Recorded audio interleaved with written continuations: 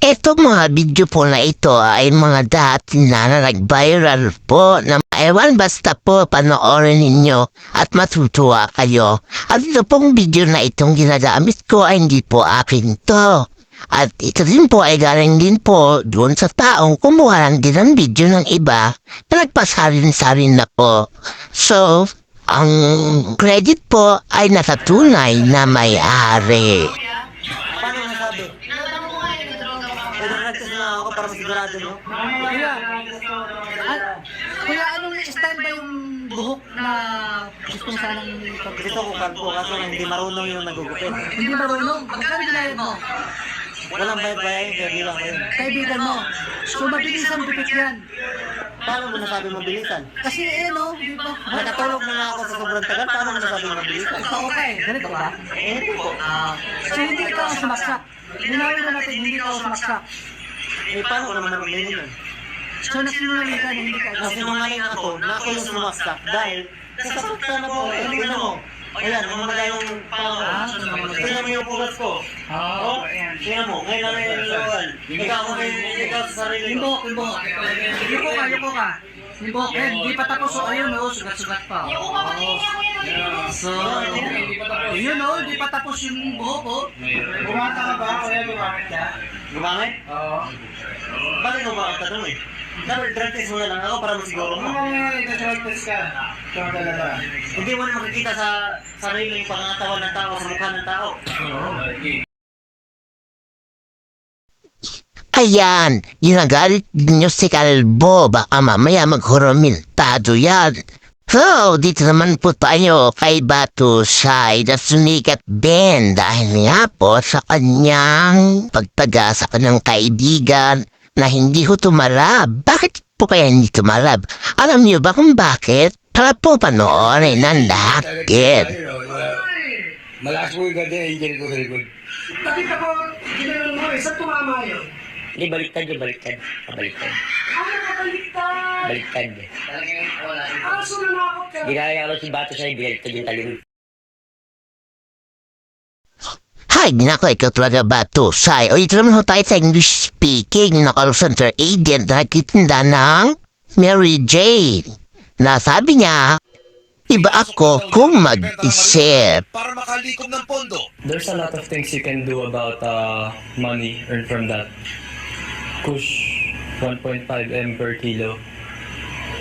Maybe I can change the Philippines, like run for politics. Dapat ay hindi raw ikinukulong ang mga gaya niyang malinis ang intensyon. Advance ako mag-isip. Look at Antipolo. How much is the land area of Antipolo unused? Good for farming of marijuana. Marijuana can produce plastic that decays in 90 days. Marijuana can cure cancer. Pero ayon sa Antipolo Police, putok na ang pangalan ni Albert.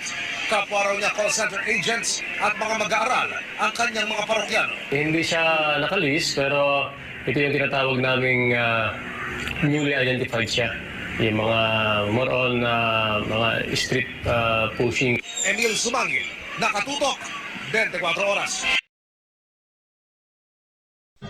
Hay, naku naman, ang laki na nga ng sahod sa call center, nagbebenta pa ng Mary Jane. Ayan tuloy. Ngayon ay dumako naman po tayo sa fraud addict at manyakis na naku po kapag nakadroga ay gustong manggahasa, nakakaloka siya. Estado naman ang isang lalaki sa Cubao matapos manloob at tangkang manggahasa.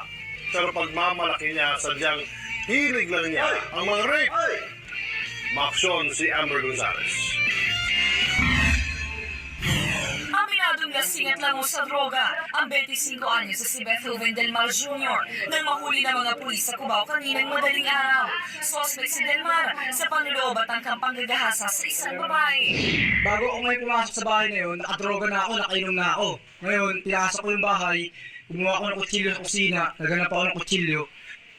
Sabi ko, pag hindi ka sasaksak ko sa ito, papatayin kita. Di na raw kasi niya matiis ang tawag ng laman, kaya pinasok ang bahay. Pag lasing ako, talagang tamang manya ako eh. Talagang hobby ko, mga-rape talaga, mga-rape. Naabutan niya sa bahay ang isang ginang at 4 na anak nito. Nagsisisigaw daw ang biktima, kaya napatakbo ang suspect na mabilis namang hinabol ng mga kapitbahay. Nakita ko yung highway patrol na mobile. Kaya sabi ko, sir, patulong po, may namasok po ng bahay, yun o yung dumaan dito. Trauma naman ang inabot ng biktima. Natakot ako kasi ang lapit-lapit niya sa akin. Tapos yakap ko pa yung bunso ko. Tapos nakita ko may dugo siya. Nagsisisi naman daw si Delmar sa nagawa at handa raw niyang pagbayaran sa kulungan ng krimen. Swerte pa ako, kasi hindi pa si Duterte yung nakaupo. Kung si Duterte, wala na. Finish na. Ako, mahal ko pa yung buhay ko eh. Talagang nagawa ko lang yan kasi tigang ako. Nakakulong na sa QCPD Station 7 ang suspect na makaharap sa kaso ng attempted rape at trespassing. Nako, ikaw magkitrip ka. Yung mga ayaw pong paghasa ang pinagkitipan mo. Yan dito naman ako. O anytime pwede. O diba? Isa na bang family driver ang nahuli ng mga MMDA at sa ay may paglabag sa batas. Kaya ay niya magpahuli dahil yung boss daw niya ang hulihin. Kaya di ba kung sino ang boss niya? Si Lord Jesus daw. Kaya ito nga po, noorin po natin. Boss niya raw ang kausapin at tikitan ng MMDA. Ang sa amin, wala pong boss-boss dito. At tanungin niyo po, nandito naman yung mga media, tanungin niyo po sinong boss niya. Sino yung pinapag-ipitaw na po sa... Hindi sa Lord Jesus.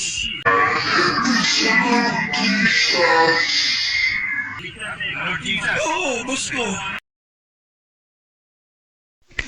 Ay, just ko po, ano ko talaga alam pa lang nangyayari sa mundo. Nako, si kuya siguro nipasa ng gutom.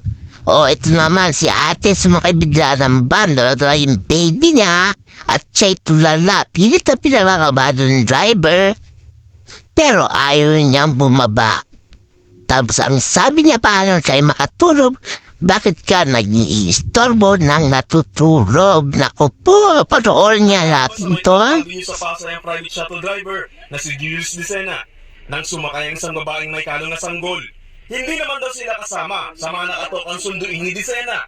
Kaya agad niyang pinababa ang mag-ina. Pero bigla na lang daw umiyak ang ginang. Doon ako sa Manibela, sarado naman mga pinto ko.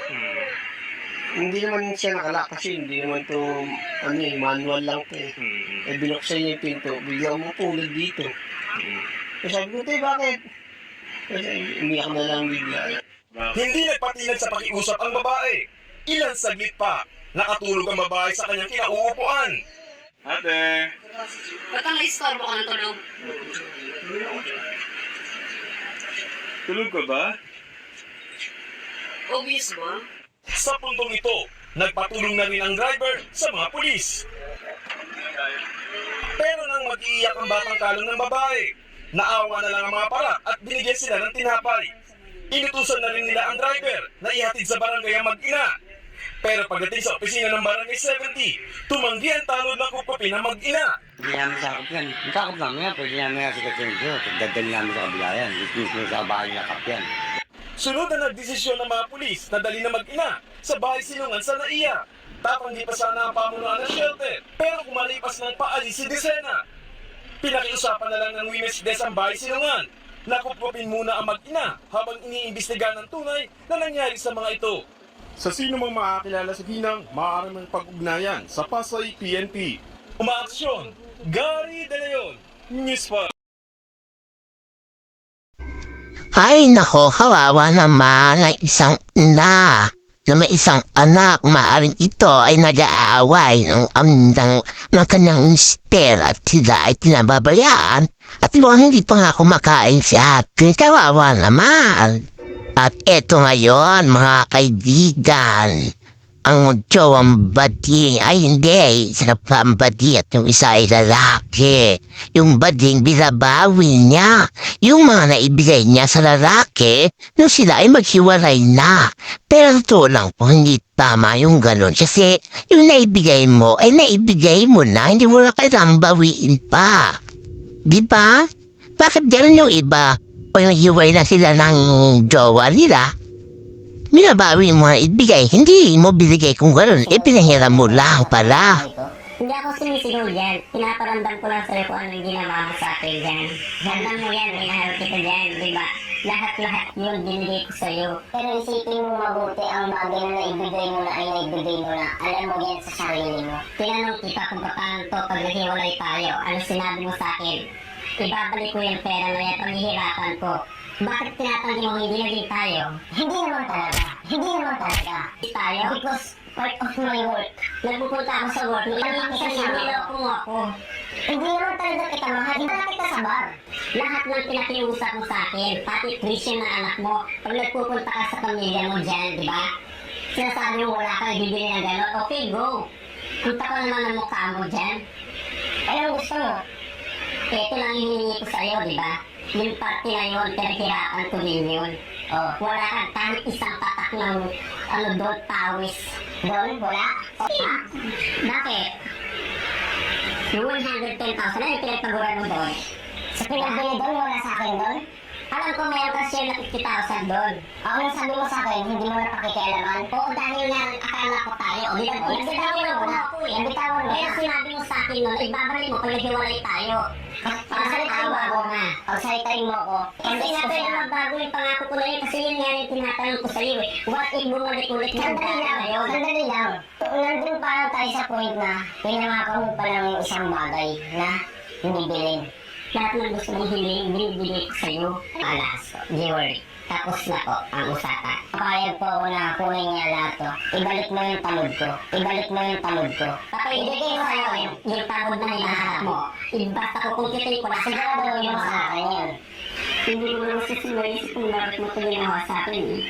Gusto ko na matapos kaya ang liit lang yung hinihingi ko sa'yo. Yung bagay naman na yun, hindi mo pinaghirapan yan. Ako naman yung naghihirap dyan, di ba? Nag-taste din ako hindi gumastos para lang maipon yan. Sobra-sobra na tumulong sa'yo, di ba?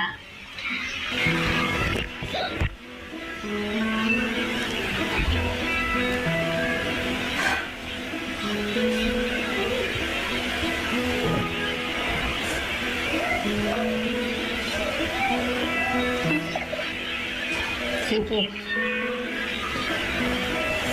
Tapos na, hindi na ako mag-aabola kahit ano. Sige. Ano ko yan sinasabi mo nilang pala ibinigay kundi pinahiram lang o pinagsawa na yung lalaki. Iwanan na lang babawi yung ibinigay. Hindi tama yun, no?